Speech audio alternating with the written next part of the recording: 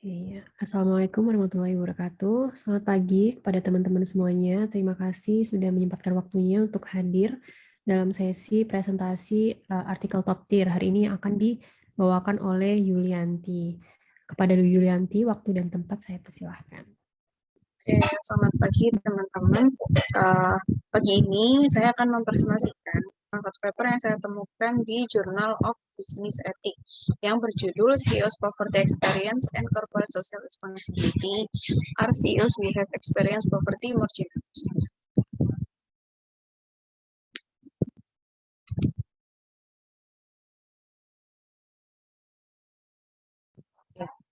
Dan di sini tujuan dari penelitian ini itu untuk menganalisis apakah pengalaman kemiskinan dari si CEO itu berdampak pada tanggung jawab sosial perusahaan atau biasa disebut dengan CSR perusahaan. Penelitian ini juga mencoba untuk menafsirkan mekanisme dampak pengalaman awal kehidupan CEO dari kesulitan pada pengambilan keputusan perusahaan dari perspektif altruistik. Nah, sampel penelitian ini itu menggunakan sampel perusahaan yang terdaftar di Cina yang mewakili semua sektor kecuali untuk jasa keuangan untuk periode 2006 hingga 2017. Tahun 2006 dipilih karena perusahaan yang terdaftar di Cina pertama kali mengungkapkan informasi CSR itu pada tahun 2000. Nah, untuk motivasi, penelitian ini dimotivasi oleh realita bahwa beda perusahaan itu beda cara penyaluran CSR-nya. Nah, selain itu, penelitian ini juga dimotivasi oleh adanya motivasi altruistik yang seringkali diabaikan atau dihindari dalam literatur-literatur sebelumnya. Tetapi kegiatan CSR seringkali secara tidak sadar itu terjadi karena simpati yang bersumber dari emosi yang diperoleh melalui pengalaman pribadi si CEO.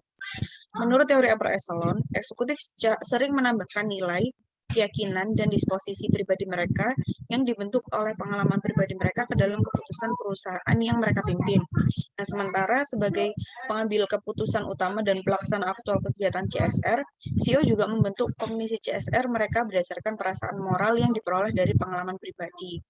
Nah, mempertimbangkan pengalaman hidup yang merugikan, contohnya misal kemiskinan, itu dapat membuat orang menjadi lebih peka terhadap kebutuhan orang lain.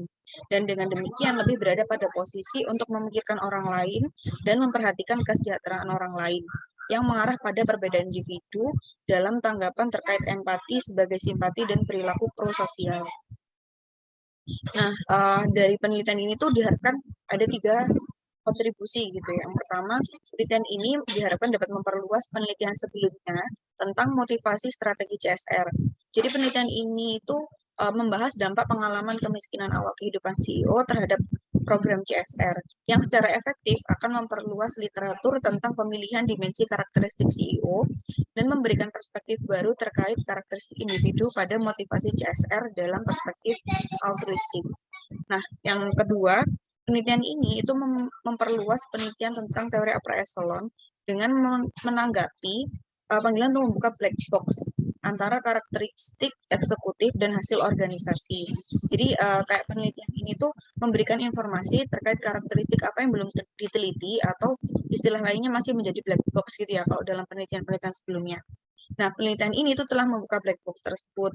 Penelitian ini tidak hanya mengkaji mekanisme dampak pengalaman kemiskinan CEO terhadap CSR, tetapi juga memilih beberapa karakteristik seperti kekuasaan atau power dan latar belakang pendidikan sebagai faktor regulasi untuk mengeksplorasi batasan kondisional dari dampak.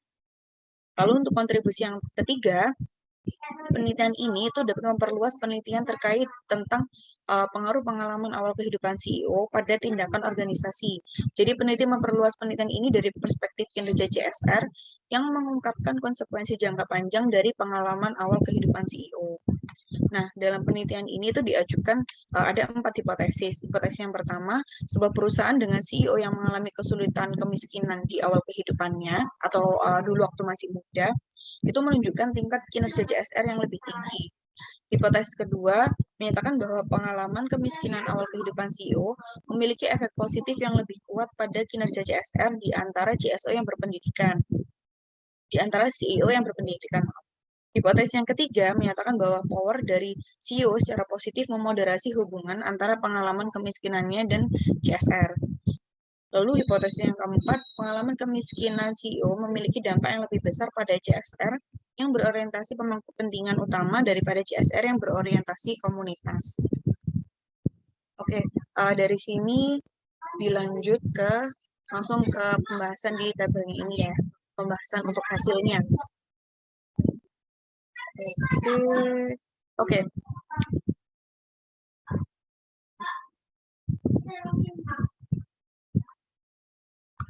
Oh ya, di sini yang pertama dari hasil sendiri itu paper ini menyajikan seperti pada umumnya statistik deskriptif. Lalu untuk hasil berikutnya itu peneliti juga menyajikan hubungan antara CEO's poverty experience dan social responsible activity. Selanjutnya di sini juga disediakan correlation matrix dari penelitian ini. Lalu yang pertama itu dari hasil regresi antara CEO poverty experience ini dan CSR performance itu gini, kan si CEO poverty ini itu dibagi ada 2 pengukuran. Jadi yang pertama itu CEO poverty-nya ini sendiri, dan yang kedua itu berdasarkan tahun di mana dia mengalami kemiskinan itu, tuh. Atau CEO famine itu bagaimana waktu itu dia mengalami kelaparan hebat gitu di waktu dia masih kecil, antara umur 0 sampai 2 tahun, antara 3 sampai 5 tahun, antara 6 sampai 12 tahun, antara 13 sampai 18 tahun gitu. Oke, nah kalau di CEO poverty ini itu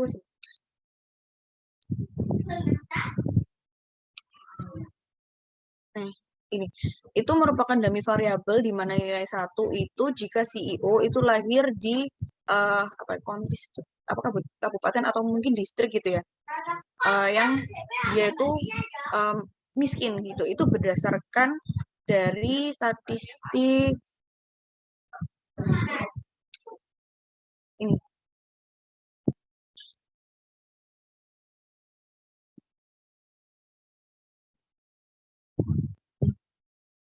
Ini ya. Pokoknya berdasarkan hasil statistik dari negara yang ada di negara Cina itu. Gitu. Nah, awalnya ini menggunakan data yang terupdate di tahun 1994 sampai 2012. Ya. Oke, lanjut lagi balik ke tabel ketiga. Gitu. Nah, di tabel ketiga ini menampilkan hasil dari second stage. Oh ya, penelitian ini tuh regresi utamanya menggunakan 2SLS gitu ya. Nah, di tabel 3 ini itu menghasilkan hasil dari second stage dari regresi variabel yang dihipotesiskan pada tingkat kinerja CSR. Nah, semua kolom ini semua dari model 1, 2, ketiga. Jadi di model 1 itu menggunakan independent CEO poverty di mana tadi variabel dummy ya. Itu terus kalau untuk model 2 itu menggunakan berdasarkan di tahun berapa gitu atau di usia berapa dia mengalami kelaparan gitu atau miskin sekali itu di umur berapa dia gitu. Lalu yang di model ketiga itu penelitian ini juga membandingkan untuk kinerja CSR yang independennya itu CEO yang kaya gitu. Nah, semuanya ini menggunakan variabel kontrol yang sama, ada size, ROA, leverage, market to book value, terus cash flow dan lainnya gitu. Nah, di sini juga menggunakan year fixed effect, firm fixed effect, dan industry fixed effect seperti itu. Oke, nah di kolom 1 ini untuk model 1 itu menunjukkan bahwa ketika seorang CEO dilahirkan di daerah miskin, secara signifikan dan positif berhubungan dengan kinerja CSR perusahaan. Ini kan ditunjukkan dengan koefisien yang positif. Oke, lalu nah, selain itu menurut usia CEO ketika dia mengalami kelaparan hebat yang ada di model 2 ini, CEO famine ini, itu menunjukkan bahwa perusahaan yang dikelola oleh CEO yang berusia antara 6 sampai 18 tahun pada saat kelaparan besar itu menunjukkan hubungan yang signifikan positif secara statistik antara pengalaman kelaparan atau pengalaman kemiskinan dia itu dan kinerja CSR. Nah, hasil ini itu mendukung hipotesis bahwa CEO yang tinggal di lingkungan yang buruk selama masa muda mereka itu cenderung membuat keputusan yang lebih altruistik. Namun karena kesadaran yang belum matang tentang dunia dan memori yang terbatas, para CEO yang mengalami kelaparan hebat ketika mereka masih sangat muda atau masih di bawah ini, di bawah 6 tahun, 0 sampai 5 tahun gitu ya, itu cenderung tidak melakukan perilaku prososial gitu. Nah, sedangkan di model 3 itu menunjukkan hubungan yang tidak signifikan. Artinya CEO yang tumbuh di lingkungan yang lebih kaya itu berbeda dari CEO yang mengalami kemiskinan gitu. Apakah mereka dibesarkan di lingkungan yang kaya itu tidak memiliki dampak signifikan pada kesadaran CSR mereka di kemudian hari. Nah, keputusan yang mereka ambil itu lebih rasional berdasarkan keseimbangan kepentingan. Itu menurut Choate et al. Tahun 2013. Nah, oleh karena itu, perilaku CSR mereka didorong oleh motivasi eksternal daripada altruistik, seperti membangun model reputasi untuk mencari keuntungan ekonomi atau sejalan dengan norma kelembagaan untuk mencari sumber daya politik. Nah, selain itu, pada tabel ini juga bisa dilihat bahwa CSR score ini sebagai variabel independennya itu menunjukkan hasil yang signifikan positif. Sehingga dapat disimpulkan bahwa kinerja CSR perusahaan sebelumnya itu secara signifikan berdampak pada kinerja CSR perusahaan di tahun ini. Gitu. Lalu berikutnya itu untuk melihat, untuk menguji apakah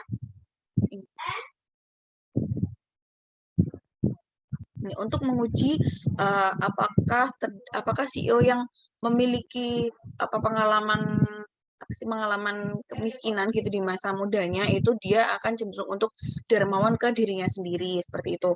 Nah, ini dilihat dengan mengubah, kalau tadi kan ke CSR, kinerja CSR, nah ini dependennya diubah menjadi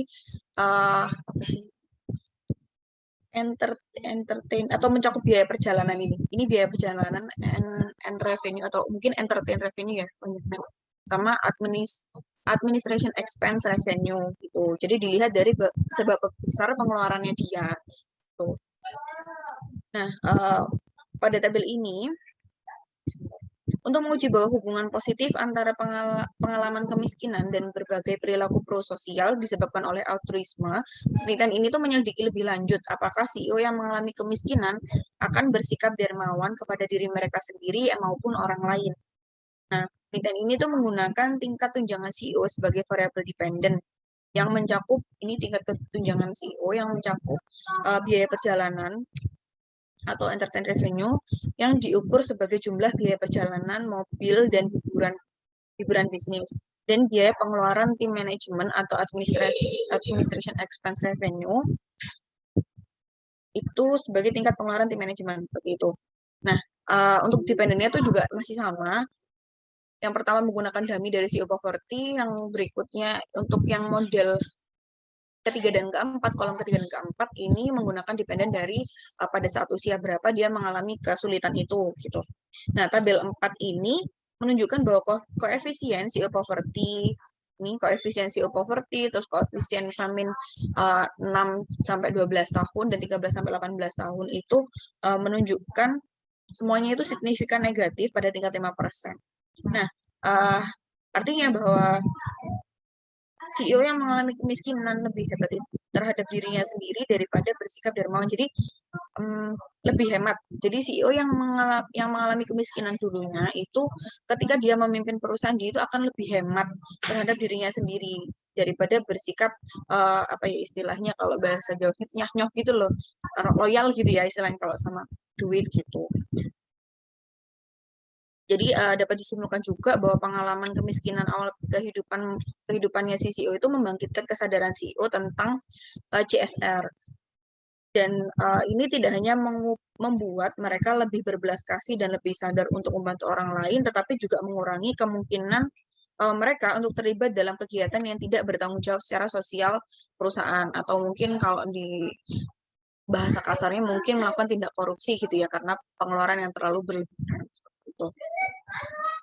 Lalu untuk melihat yang berikutnya itu hasil dari analisis yang melihat peran moderasi dari CEO educational background dan power dari si CEO itu sendiri. Gitu. Nah, di tabel 5 ini menyajikan hasil analisis peran moderasi dari kekuasaan CEO atau CEO power dan latar belakang pendidikan dari si CEO tersebut. Nah, untuk independennya masih sama, CEO poverty ini CEO poverty diinteraksikan dengan CEO edu dan CEO power. Lalu untuk CEO famine itu juga diinteraksikan sendiri-sendiri dengan CEO edu dan CEO power. Oke.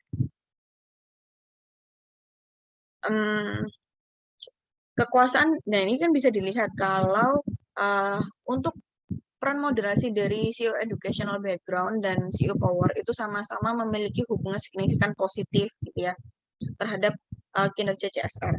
Nah, dengan kata lain, kekuasaan CEO dan latar belakang pendidikan yang baik itu memperkuat efek pengalaman kemiskinan CEO pada kinerja CSR, sehingga hipotesis yang kedua dan ketiga tadi diterima. Nah, selain itu, tabel kelima ini juga menunjukkan bahwa terdapat hubungan signifikan negatif antara kekuasaan CSR dengan antara kekuasaan CSR dengan kinerja CSR, sedangkan untuk CEO educational background sendiri itu tidak signifikan. Hal ini menunjukkan bahwa perusahaan dengan CEO yang lebih berkuasa itu terlibat dalam lebih sedikit kegiatan yang bertanggung jawab secara sosial. Namun, ketika CEO memiliki kecenderungan altruistik yang kuat, kekuatan yang mereka miliki itu dapat membantu mereka untuk lebih terlibat dalam perilaku prososial. Itu. Lalu yang berikutnya itu melihat berbagai dampak pengalaman kemiskinan CEO pada komunitas dan CEO yang berorientasi pada pemangku kepentingan utama. Gitu. Jadi penelitian ini tuh mengikuti mengikuti MISRA dan MODI 2016 yang membagi skor CSR keseluruhan itu menjadi dua kategori besar, yaitu CSR yang berorientasi komunitas atau termasuk tanggung jawab komunitas, dan CSR yang berorientasi pada pemangku kepentingan utama. Contohnya termasuk pada investor, karyawan, lingkungan, pelanggan, dan tanggung jawab pemasok. Nah, konsisten dengan hasil analisis utama, ini itu ada di tabel 6. Nah, di sini ada di tabel 6. Jadi ini dia dibagi model 1 dan 2 itu untuk menginteraksikan CSR dengan sub-samples community oriented gitu ya. Yang CSR-nya itu community oriented, sedangkan yang model 3 dan 4 itu CSR-nya itu berorientasi pada key stakeholders gitu. Oke. Nah, hasil ini bisa dilihat kan independennya masih sama dan hasilnya juga sama. Kalau yang signifikan positif itu hanya pada CEO poverty yang dampingnya dan CEO famine yang 6-12 dan 13-18. Ini hasilnya sama. Jadi konsisten dengan hasil analisis utama bahwa terdapat hubungan signifikan positif antara pengalaman kemiskinan CEO dan kinerja CSR. Jadi terlepas dari aspek apakah CSR tersebut itu berorientasi pada kepentingan utama maupun berorientasi pada komunitas. Oke, nah, maaf ya bolak-balik karena strukturnya seperti ini. Nah, penelitian ini juga menambahkan ada 5, kalau nggak salah 5 robustness test gitu. Yang pertama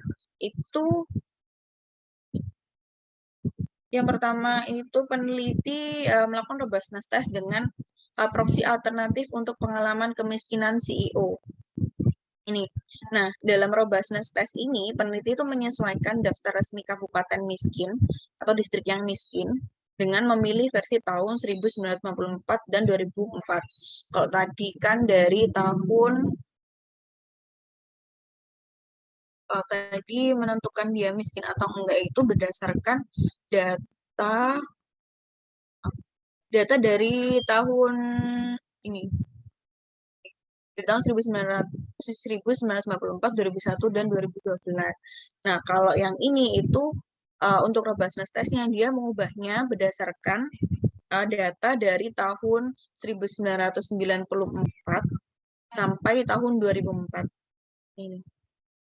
Sampai tahun 2004 dari negara miskin dan 100 kabupaten teratas berdasarkan database nasional Bureau of Statistics. Nah, untuk mengidentifikasi kembali situasi ekonomi di sekitaran tempat kelahiran CEO.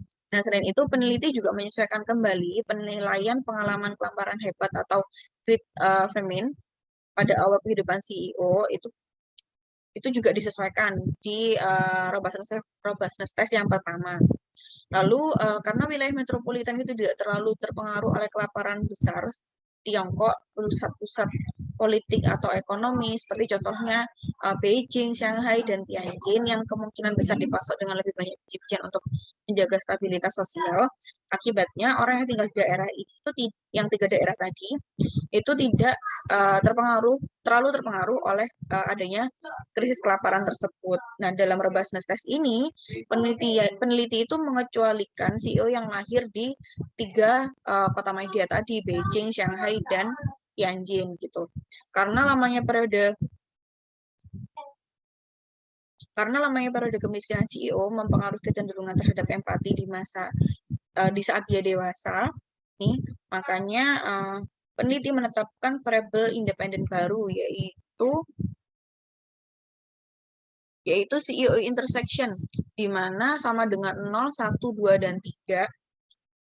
Sebaliknya mengatakan bahwa CEO itu belum mengalami atau mengalami 1, 2, dan 3 tahun kelaparan besar sebelum dewasa antara 0 sampai 18 tahun. Itu. Nah, ini hasilnya ada di tabel 7. Oke, ada di tabel 7 ini.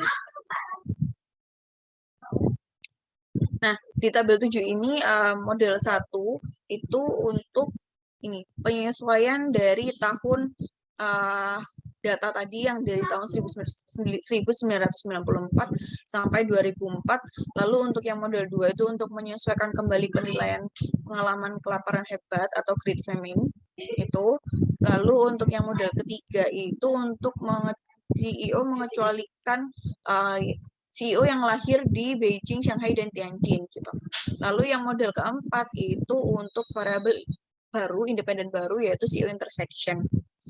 Nah, hasil dari model ke-1 sampai ke-3 ini kan masih sama dengan yang tadi, cuman kan berbeda pengukuran gitu ya. Berbeda data yang digunakan.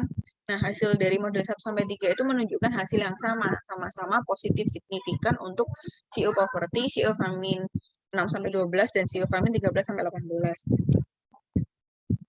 Nah, hasil ini kan juga mendukung hipotesis dan menunjukkan bahwa kemiskinan CEO yang dialami itu berhubungan positif dengan kinerja CEO CSR perusahaan. Nah, selain itu, berdasarkan model keempat ini, CEO intersection terhadap kinerja CSR, itu menunjukkan bahwa semakin lama CEO mengalami kemiskinan, maka semakin baik kinerja CSR perusahaan. Seperti itu. Lalu yang kedua, langsung ke tabelnya aja Pak ya. Oke. Yang kedua ini robustness test dengan perceived poverty. Jadi membandingkan perspektif poverty atau perspektif di mana seorang dikatakan miskin gitu. Nah, peneliti ini tuh menangkap persepsi kemiskinan CEO itu dengan menganggap 10 provinsi teratas dalam hal PDB rata-rata tahunan sebagai provinsi yang kaya dan 10 provinsi terbawah sebagai daerah yang miskin. Nah, peneliti ini menggunakan uji perbandingan rata-rata dan non-parametrik untuk membandingkan perbedaan CSR antara CEO yang lahir di kabupaten miskin, di provinsi kaya, dan di kabupaten miskin, di provinsi miskin. Nah, sampelnya juga berubah menjadi hanya 3.962 pengamatan, gitu. Termasuk 933 CEO dari daerah miskin, di daerah yang kaya, dan 3.029 CEO dari daerah miskin di daerah yang tetap miskin. Gitu. Nah, ini disajikan di tabel 8. Nah, hasil menunjukkan bahwa meskipun kontras lingkungan lebih kuat, CEO yang lahir di kabupaten miskin di provinsi kaya tidak memiliki rasa kemiskinan yang lebih kuat daripada CEO yang lahir di kabupaten miskin di provinsi miskin. Makanya ini kan nggak ada yang signifikan. Gitu. Oleh karena itu, hal ini tidak akan secara signifikan mempengaruhi pengambilan keputusan CSR mereka di masa ketika dia dewasa. Lalu berikutnya itu dengan menggunakan alternatif proksi dari si CSR gitu. Nah, kalau sebelumnya CSR itu diukur dengan menggunakan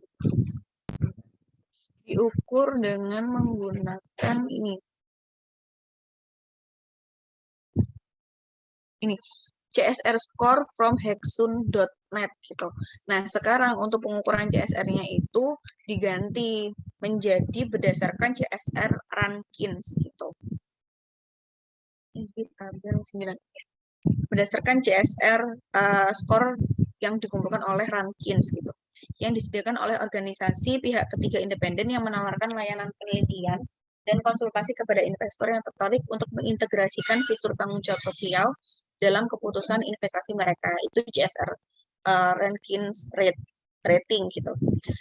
Nah, untuk pengujiannya masih sama, model 1 tetap untuk CEO menggunakan independent CEO poverty dummy tadi, terus model kedua untuk CEO famine berdasarkan pada tahun berapa dia, pada umur berapa dia mengalami kesulitan, dan model ketiga untuk menguji CEO yang kaya terhadap kinerja CSR. Nah, hasilnya itu masih sama dengan main analysis tadi, bahwa yang ini yang untuk model 1 dan 2 ini menunjukkan signifikan positif, dan untuk hubungan CEO REITs dengan kinerja CSR itu tetap tidak signifikan gitu.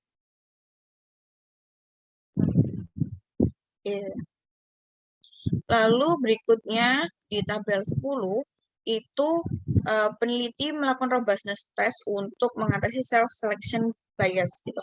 Nah, untuk memeriksa lebih lanjut bahwa bias seleksi mandiri itu tidak mempengaruhi validitas kesimpulan utama dalam penelitian ini, peneliti memilih 2 tahun sebelum dan sesudah pergantian CEO untuk menguji perubahan CSR. Nah, dalam robustness test ini, peneliti menetapkan 2 variabel baru, termasuk satu untuk menunjukkan CEO yang baru direkrut, yang baru direkrut ini, CEO new yang baru direkrut, yang telah mengalami kemiskinan, dan satu untuk menunjukkan CEO yang dipecat yang mengalami kemiskinan, atau CEO yang yang quit ini. Nah, selanjutnya post, ini ada variabel post, itu adalah variabel baru, yaitu variabel dummy, yang sama dengan 1 tahun saat ini dan tahun berikutnya dari pergantian CEO, dan 0 jika selama 2 tahun sebelum pergantian CEO. Nah, penelitian ini juga menggunakan propensity score matching method, lalu kemudian peneliti juga menggunakan metode difference indifference untuk membandingkan skor CSR sebelum dan sesudah perubahan. Nah, ini untuk panel A itu untuk hasil robustness test untuk main analysis di hipotesis 1 gitu. Ini nah, hasil menunjukkan bahwa skor CSR ini kesimpulannya aja ya. Nah, hasil menunjukkan bahwa skor CSR perusahaan meningkat secara signifikan ketika perusahaan mengubah CEO-nya menjadi CEO yang mengalami kemiskinan, kecuali untuk CEO yang baru dipecat yang mengalami kelaparan hebat sebelum mereka berusia 6 tahun. Sebaliknya, hasil penelitian menunjukkan bahwa CSR score menurun secara signifikan ketika perusahaan mengganti CEO-nya menjadi CEO yang tidak memiliki pengalaman kemiskinan.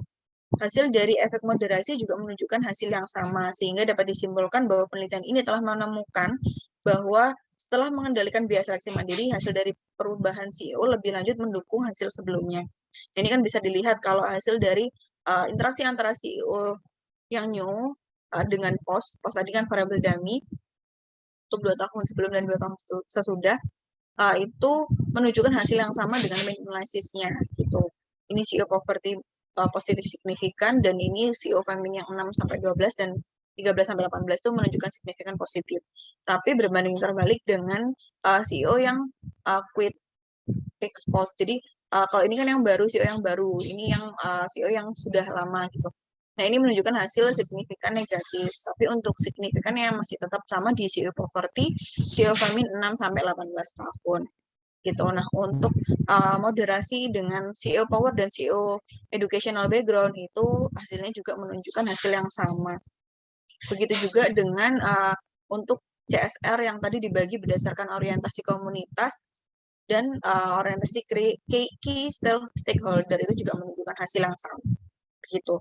Nah, untuk robustness test yang terakhir itu dengan menggunakan uji endogeneity dengan metode regresi lainnya gitu. Nah, di sini peneliti menggunakan GMM untuk robustness test. Nah, hasil di sini itu juga menunjukkan bahwa kecuali untuk CEO feminin yang 0 sampai 5 ini ya, 0 sampai 2, 3 sampai 5, ini semuanya menunjukkan hasil yang positif signifikan. Ini kan positif signifikan dengan sama tapi menggunakan pengujian yang berbeda.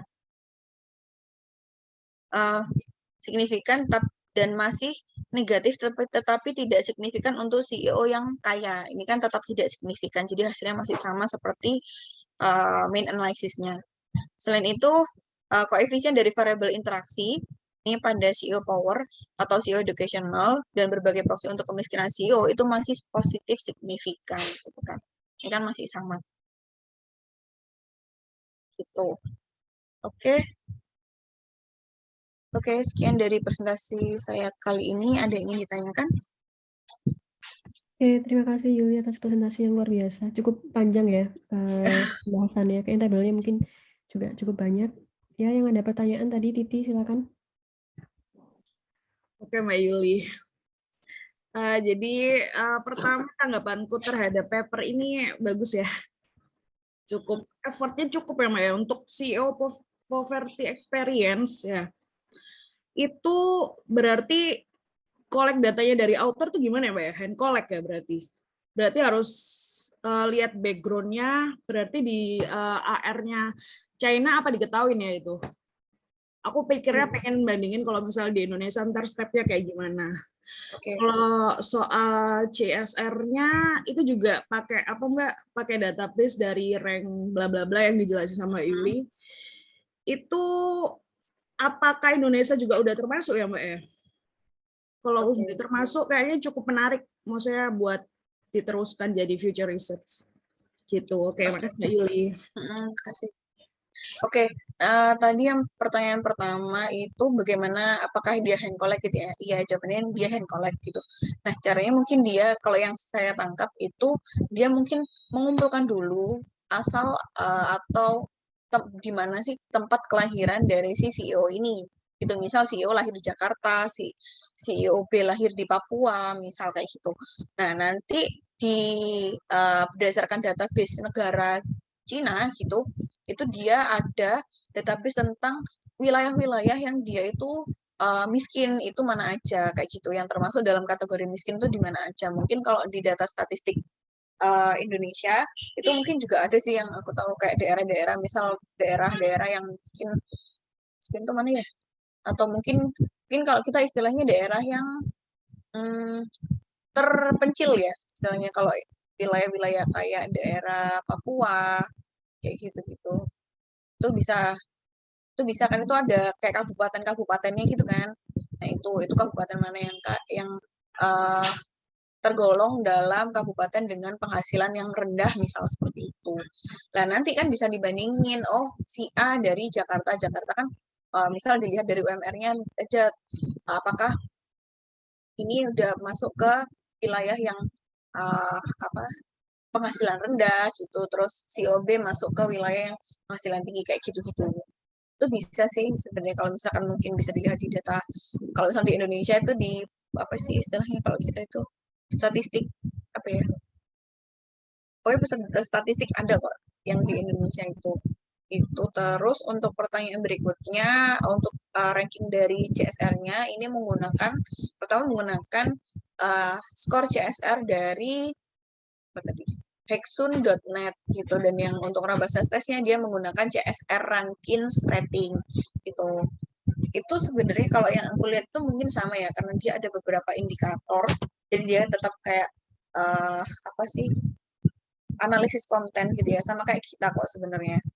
Kalau kita kan juga analisis konten kan, untuk pengukuran kinerja CSR-nya itu juga sama. Itu sih, jadi kalau misalkan nih ada pertanyaan apakah ini bisa dilakukan di Indonesia, kalau menurut aku pribadi bisa dengan berbagai penyesuaian. Itu sih. Iya Mbak. Terus habis itu tiap CEO kan mungkin lahirnya kan beda ya, pasti beda. Maksudnya tahun lahirnya kan pasti beda. Terus habis itu mungkin yang bakal susah lagi tiap kota itu mungkin tiap berapa tahun tuh bisa dikatakan miskin. Terus tiap 5 tahunnya itu terus kemudian 5 tahun ke depan bisa jadi itu tidak termasuk wilayah yang miskin gitu atau terpencil. Nah, itu mungkin jadi effortnya ya, maksudnya satu-satu itu cukup buat. Iya. Tapi tinggal di state aja sih sebenarnya. Tinggal di state aja, kita pakai data yang terupdate di tahun berapa gitu. Iya, tapi Jadi tetap untuk kalau membatasi gitu. Kalau kotanya kan tetap itu sih Mbak, dilihat dari tahun dia lahirnya juga kan CEO. Kalau ngikutin Yes. tahun sekarang nggak bisa sih, bias jadinya. Iya itu. Ya udah sekian Mbak Yuli. Thank you.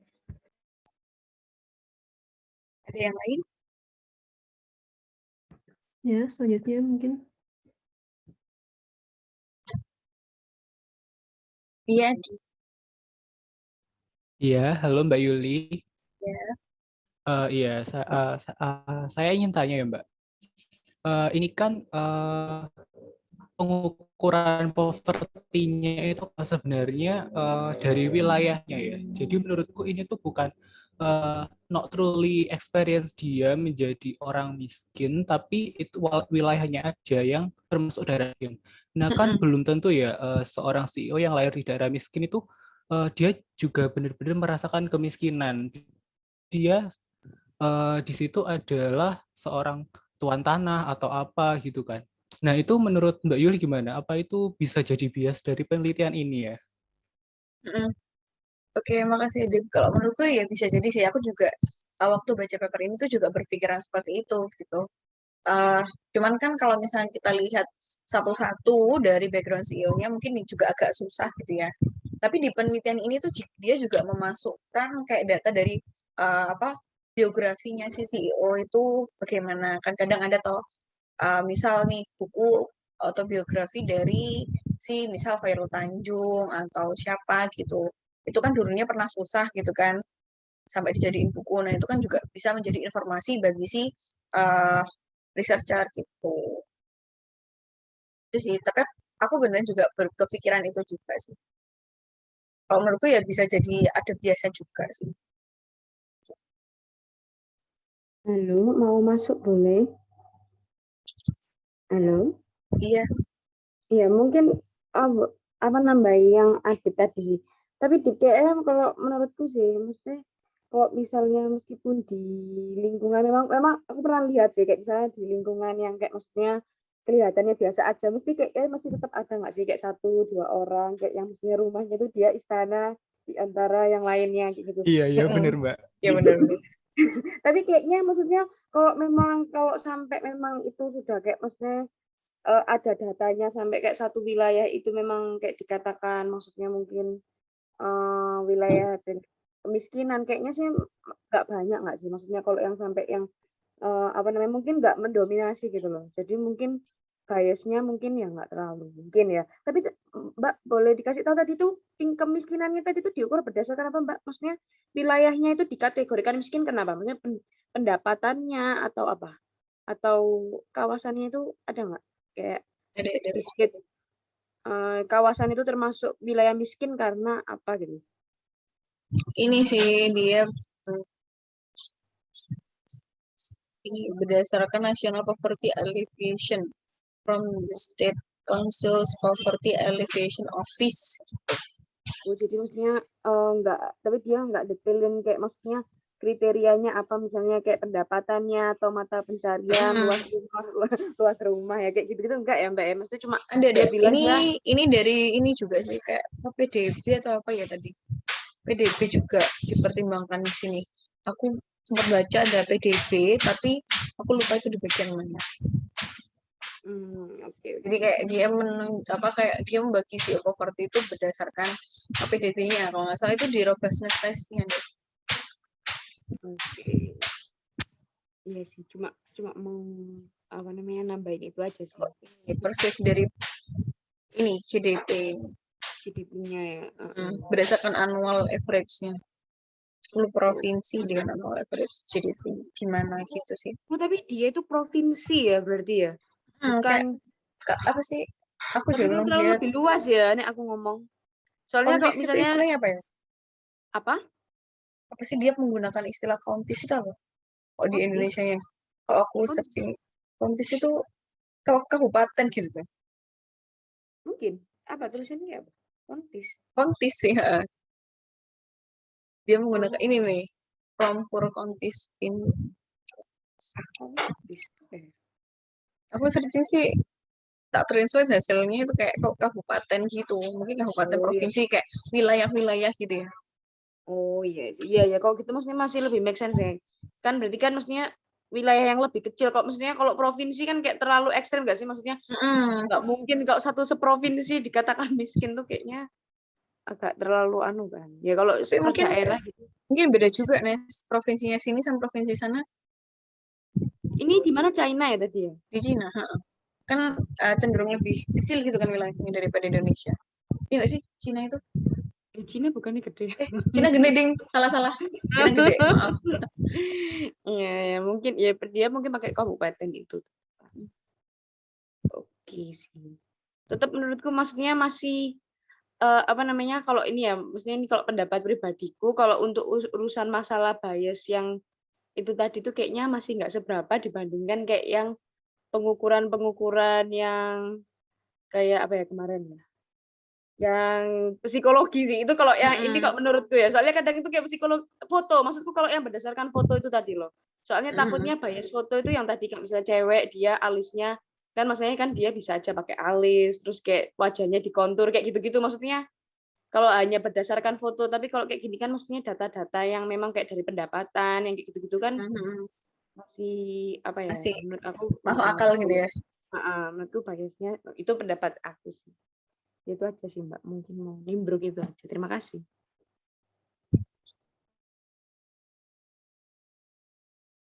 Mbak, aku Ya. mau itu sih mendiskusikan. Kalau misalkan ya kita melakukan ini ke negara kita, lalu kayak aku kurang lihat kontribusi praktisnya untuk dari penelitian ini tuh kayak gimana ya? Apakah dari penelitian ini tuh bisa mendorong perusahaan untuk mempekerjakan CEO yang miskin-miskin saja supaya mereka CSR-nya bagus. Lalu apakah dari regulator itu juga membatasi agar CEO itu yang dipekerjakan itu miskin aja supaya CSR-nya bagus itu ya apa menurut Mbak?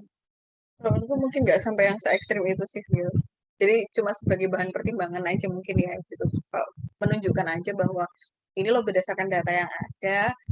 Kalau CEO yang dia dulunya pernah susah gitu, ternyata CSR-nya tuh tinggi gitu, kinerja CSR-nya itu tinggi. Dia cenderung lebih mungkin karena kan dia merasa pernah susah gitu kan. Kayak misal ini deh apa ya yang ini deh sekarang lagi musim iko-ikoyan misal tau gak sih yang nggak di Instagram itu kan ada beberapa misal ini artis yang dia memang punya perusahaan gitu ya dan dia dulunya pernah miskin sampai akhirnya dia tahu rasanya miskin terus dia lebih peduli ke orang lain akhirnya dia melakukan CSR-nya tuh lebih tinggi dan lebih baik lagi terus sih tapi kalau yang hanya menunjukkan aja sih kalau menurut aku pribadi tapi kalau sampai yang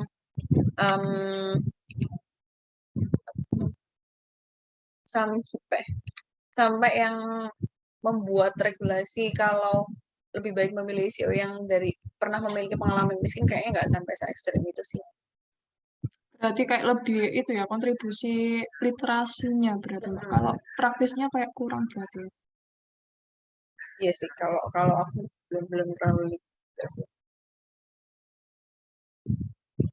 Gimana Via? Ada lagi yang lain?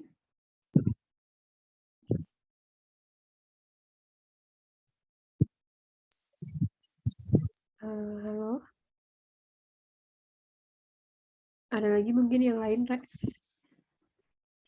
Ya, mungkin menanggapi ya terkait dengan adanya bias gitu. Kalau misalkan kita cuman ngelihat sebatas daerah aja, terus menyatakan bahwa siapapun orangnya yang terlahir dari sana, terus dia dianggap kategorinya masuk ke poverty gitu ya.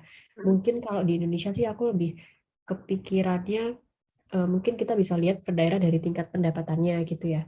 Tapi bukan berarti ketika misalkan dia terlahir dari daerah mana terus kemudian dia dianggap seseorang yang mungkin suffer dari poverty gitu, enggak, tapi mungkin karena kalau misalkan dia terbiasa hidup di lingkungan yang mungkin kondisinya seperti itu, mungkin dia lebih cenderung cenderung akhirnya juga lebih kemauan untuk membantu sekitarnya itu juga tinggi gitu loh. Jadi lebih kepada kayak lingkungan dia yang membentuk dia gitu.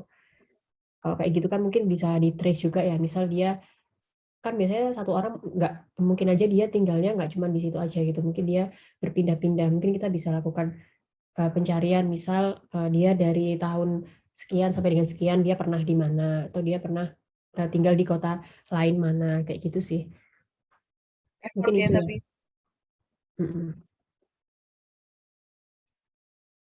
Oke, ada yang lain mungkin teman-teman? Oh ya, mau nambahin dikit. Itu tadi yang kayak dijelasin Nadia itu kalau di penelitian ini tuh namanya motivasi altruistik. Yang dari tadi aku bilang, altruistik. Itu yang kayak dari penjelasannya Nadia. Jadi dia menggunakan apa ya, emosi atau menggunakan perasaannya yang terbentuk dari pengalaman pribadinya sewaktu dia kecil untuk dijadikan sebagai apa ya, kayak sebagai faktor yang mempengaruhi pengambilan keputusan dia. Itu namanya motivasi altruistik kalau di penelitian ini. Ya, betul. Oke, dari teman-teman yang lain mungkin ada yang mau ditambahkan atau ada pertanyaan lain sebelum kita akhiri?